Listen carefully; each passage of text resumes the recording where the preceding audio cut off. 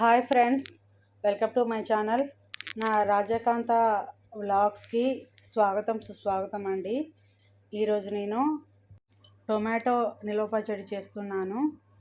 ముందుగా నీట్గా ఉన్న టొమాటోస్ని 1 kg తీసుకున్నాను. వాటిని శుభ్రంగా కడిగి అరగంట పక్కకు పెట్టాను, వాటర్ ఆరేదాకా. ఇంకేమైనా తడి ఉందనుకుంటే వాటిని మెత్తటి క్లాత్తో తుడుచుకోవాలి. పచ్చళ్ళు పెట్టే ఏ కాయ అయినా, టొమాటోస్ అయినా, మామిడికాయలైనా తడి లేకుండా తుడుచుకోవాలండి, లేదంటే పచ్చడి త్వరగానే పాడైపోతుంది.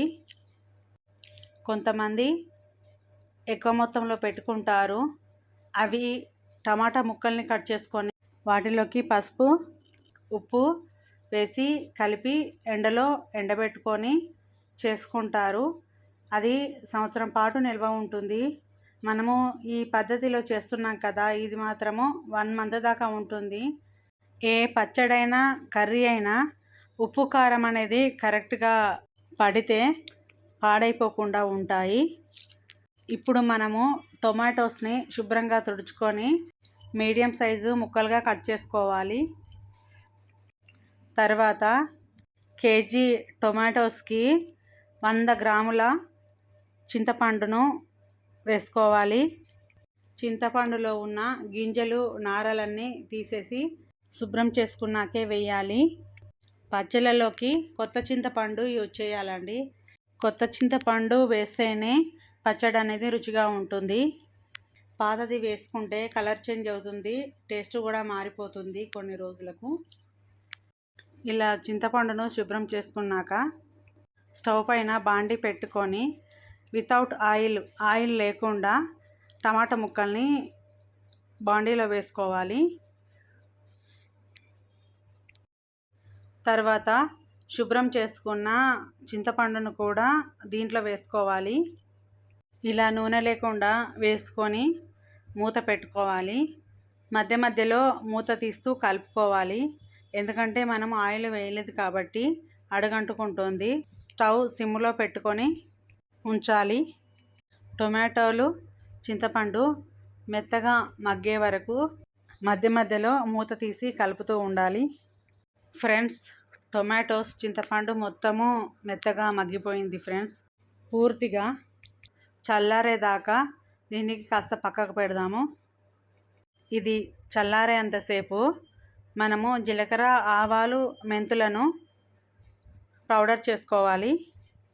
1 స్పూన్ జీలకర్ర వేస్తున్నాను, 1.5 ఆవాలు వేస్తున్నాను ఫ్రెండ్స్. ఆవాలు 2 స్పూన్స్ అయినా పర్వాలేదు. 1/2 స్పూన్ మెంతులు వేస్తున్నాను. మెంతులు ఎక్కువగా వేస్తే పచ్చడి చేదొస్తుంది. సారీ ఫ్రెండ్స్, మెంతులు వేసే క్లిప్ మిస్ అయింది. ఫ్రెండ్స్, ఇక్కడ టమాటో ముక్కలు చల్లారాయి ఫ్రెండ్స్. దీన్ని మనము మిక్సీ జార్లోకి ట్రాన్స్ఫర్ చేసుకుంటున్నాము. ఇక్కడ మెంతులు, ఆవాలు, జీలకర్రను దోరగా ఫ్రై చేసి చల్లారాక నేను ఈ చిన్న రోట్లో వేసి నూరుతున్నాను ఫ్రెండ్స్. 5 minutes దంచాక అది ఫైన్ పౌడర్ అయ్యింది. నేను 5 minutes అని చెప్తున్నాను కదా ఫ్రెండ్స్. ఆ కాలంలో అందరూ అన్ని పదార్థాలు రోట్లోనే నూరుకునేవాళ్ళు. ఇప్పుడు మనకు మిక్చర్ గ్రైండర్లు వచ్చాయి కాబట్టి మనకు టైం సేవ్ అవుతుంది, శ్రమ కూడా సేవ్ అవుతుంది. మనం జార్లోకి ట్రాన్స్ఫర్ చేసుకున్న టొమాటో మిశ్రమంలో 1 స్పూన్ సాల్ట్, 2 స్పూన్స్ కారం వేశాను. రోట్లో నుంచి ఇందాక మనము దంచుకున్న మిశ్రమాన్ని తీసి పక్కకు పెట్టి 8 నుంచి 10 వెల్లుల్లి రెబ్బలను కచ్చపచ్చగా దంచుకున్నాము. ఎల్లిపాయలు అలాగే వేస్తే ఆల్రెడీ టమాటా బాగా మెత్తగా అయింది కాబట్టి వెల్లుల్లి రెబ్బలు మెత్తగా అవ్వవు, అందుకే దంచుతున్నాను. ఇలా కచ్చపచ్చగా దంచి జార్లోకి వేస్తున్నాను. ఈ వెల్లుల్లి ముద్ద వేశాక 1 స్పూన్ పసుపు కూడా వేస్తున్నాను. పసుపు వేశాక ఇందాక మనము పౌడర్ చేసుకున్న ఆవాలు, మెంతులు, జీలకర్ర పొడిని 2 స్పూన్స్ వేస్తున్నాను. ఈ మిశ్రమాన్ని అంతటిని ఇప్పుడు గ్రైండ్ చేసుకుంటున్నాను. మనకు ఉప్పు కారం సరిపోయిందా లేదా అనేది మనం ఈ స్టేజ్లోనే తెలుసుకోవాలి. ఒకసారి టేస్ట్ చేసి చూస్తే తెలుస్తుంది. సరిపోకపోతే మళ్ళీ కొంచెం వేసుకొని గ్రైండ్ చేసుకోవాలి. ఇప్పుడు నేను వేసిన ఇంగ్రీడియంట్స్ అన్నీ కూడా కరెక్ట్గా సరిపోయాయి. ఇప్పుడు ఈ మిశ్రమాన్ని మొత్తాన్ని మనము పోపు వేసుకుంటున్నాము. స్టవ్ పైన ప్యాన్ పెట్టుకొని 200 ml ఆయిల్ వేసుకోవాలి. కొలతలతో అయితే 1 కప్ ఆయిల్ వేసుకుంటే సరిపోతుంది. పచ్చళ్ళలోకి పప్పు నూనెలు అయితేనే బాగుంటుందండి.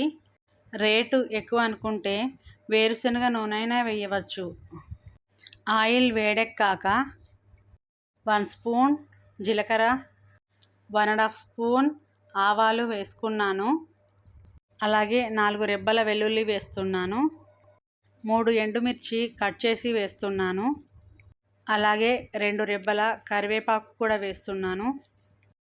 మీకు ఇష్టమైతే ఈ ఇంగ్రీడియంట్స్ కంటే ముందు పోపులో శనగపప్పు, మినపప్పు వేసుకోవచ్చు, ఇంగువ కూడా వేసుకోవచ్చు.